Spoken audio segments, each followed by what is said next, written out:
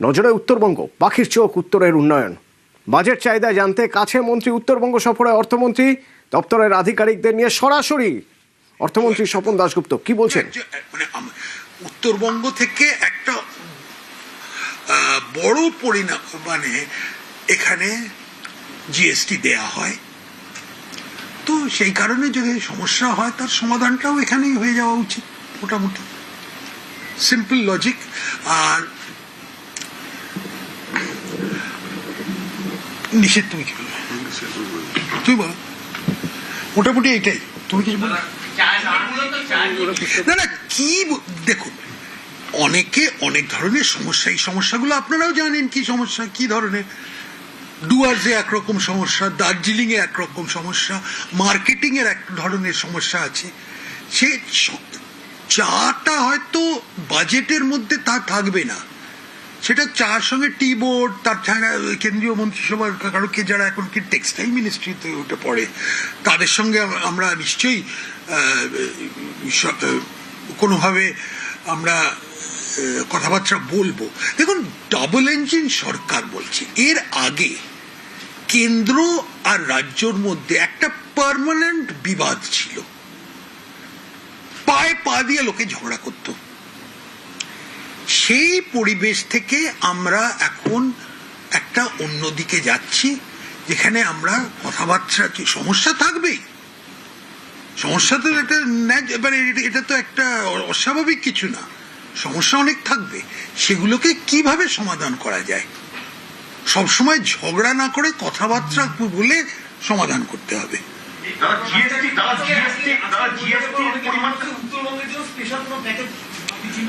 না না, আমি ডিটেলস, বাজেটের ডিটেলস নিয়ে আপনারাও জানবেন যে বাজেটের ডিটেলস নিয়ে আমি কিছু বলবো না এখন, সেটা বাজেটে দেখবেন। আমরা এখন মানুষের কাছে জাস্ট একটা কনসালটেশন করতে চাইছি যে তারা কি মনে করেন, তাদের মতে কি ধরনের বাজেট হওয়া উচিত। একটা অভিযোগ বারবার করে উঠে আসছে যে গত বাজেটে দেখা গিয়েছে মাদ্রাসার বাজেটের থেকে উত্তরবঙ্গ উন্নয়ন দপ্তরের বাজেট কম, তো এই বছর কি এই জিনিসগুলোকে খতিয়ে দেখা হবে? দেখুন, আপনি যদি আগেকার বাজেট বা আগেকার অর্থ বিভাগ কিভাবে চলতো, আমরাও জানি যে আগে হয়তো বাজেট, আমরা এখন মানুষের সঙ্গে কথা বলে বাজেট বানাচ্ছি। আমি শুনেছিলাম আগে আগে বাজেট তৈরি হতো ট্রেডমিলে। তো এটা একটা আলাদাভাবে আমাদের সরকারের নীতি, আমাদের সরকারের উদ্দেশ্য আলাদা। আমরা এটাকে ক্যাজুয়াল ভাবে জিনিসটাকে দেখছি না, এটা একটা সিরিয়াস প্রশাসনিক এক্সারসাইজ। আমরা এটাকে 8 মাসের বাজেট, এটা সামনের দিনে হতে চলেছে, এটা পুরো ফুল ইয়ার না, আপনারা জানেন। তাছাড়া আমরা কি ধরনের তহবিল উত্তরাধিকারী সূত্রে পেয়েছি সেটার কথাও আপনারা সবাই সচেতন, সারা পশ্চিমবঙ্গের মানুষও সচেতন। সেইগুলো মনে রেখে আমরা একটা বাজেট আনবো। সে বাজেটটা একদিকে আমাদের দিশাটা কি, কোন দিকে যাচ্ছি, কোন দিকে যাব সামনের দিনে, তার একটা উদাহরণ পাবেন, একটা ছবি দেখে ওটা পেট করে।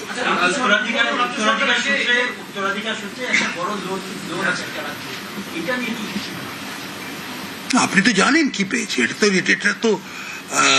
এটা তো আমরা হয়তো বিস্তারিত ভাবে এটা বলেও দিয়ে দেবো যে হয়তো কোনোভাবে, কিন্তু এটা তো লুকোনো যায় না। আর আমরা মিথ্যে আমরা বলতে পারি না এটা 5 তলা বাড়ি যখন 1 তলাও তৈরি হয়নি।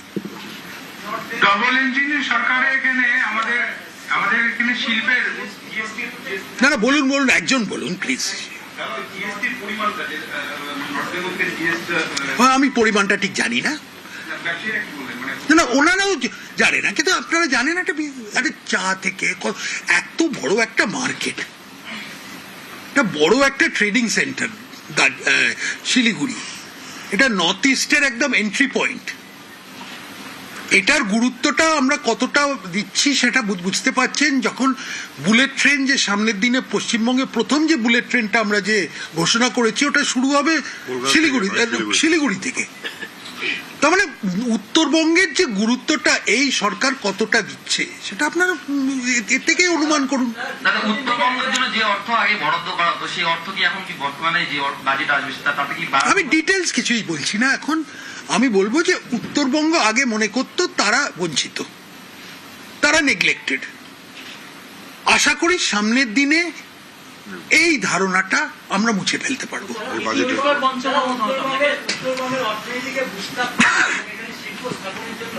একটা দাবি দীর্ঘদিন থেকে আছে যে নর্থ ইস্টের অন্যান্য স্টেটগুলো যে কর ছাড়ের সুবিধা পায় সেটাতে নর্থ বেঙ্গলকে ইনক্লুড করা হচ্ছে, সেটা নিয়ে কি কেন্দ্রের সঙ্গে কথা বলা বা কিছু? এই দাবিটা অনেকেই বলেছে, পেশ করেছিল। এখন কিরম ভাবে এটা সামনের দিনে আমরা কিভাবে এগোবো বা কেন্দ্রের সঙ্গে কিভাবে এটা নিয়ে কথা বলবো এটা নিয়ে আমরা চিন্তা করবো। এটা তো আমি একলা বলতে পারি না। শুনলাম উত্তরবঙ্গে কি শিল্পের পরিবেশটা তাহলে পাওয়া যাবে এরপরে?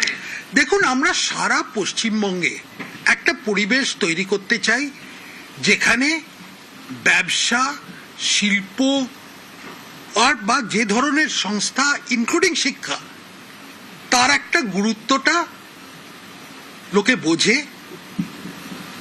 সরকার সেটা মানুষের কাছে এই বার্তাটা নিয়ে যেতে চায় যে আমরা প্রো বিজনেস সরকার, একটা বিজনেস ফ্রেন্ডলি একটা সরকার। আর বিজনেস বা ব্যবসা ঠিকমতোভাবে হলেই সামনের দিনে সমাজটাও সুস্থ হবে, অর্থনীতিটাও একটা উন্নতির দিকে যাবে। আর পশ্চিমবঙ্গ অন্য অন্য রাজ্যের তুলনায় যেমনভাবে পিছিয়ে পড়েছিল আমরা আবার আমাদের নিজেদের জায়গাটা ফেরত পাবো। আপনি কোন খাতে বরাদ্দের কথা বেশি বাড়াতে চাইছেন উত্তরবঙ্গে? আমি এখন ডিটেলসে যাব না। আচ্ছা দাদা, বলছিলাম কি যে উত্তর দিনাজপুর জেলার কালিয়াগঞ্জে প্রচুর তেল মিল ছিল, প্রায় 450-500 তেল মিল, ডাল মিল, চাল কল, অনেকগুলো প্রায় সবকটাই বন্ধ হয়ে গেছে, কারণ পূর্বতন রাজ্য সরকারের অসুবিধার জন্য এটা এমনটা কিন্তু অভিযোগ। তো এটা নিয়ে কিছু ভাবছেন? না, সব জিনিসেই ভাবতে হবে। যেখানে মানুষের মাস্তানি, হুজ্জতি, তোলাবাজি করে সংস্থা নষ্ট হয়ে গেছিল সেই জায়গাটায় ঠিকমতো পরিবেশ ফিরিয়ে আনতেই হবে। এটা দক্ষিণ দিনাজপুর হোক কি মালদা হোক বা যে কোনো জায়গায় হোক। আর কিছু তুমি কিছু বলবে? আজকে মিটিং এ যারা উপস্থিত ছিলেন আর কি, তারা কি শুধু ব্যবসায়ী সংগঠন না শিল্প সব রকমের ছিল? আমি বলে দিচ্ছি, এটা আজকে যেহেতু আমাদের প্রি বাজেট একটা মিটিং ছিল এবং বিশেষ করে যারা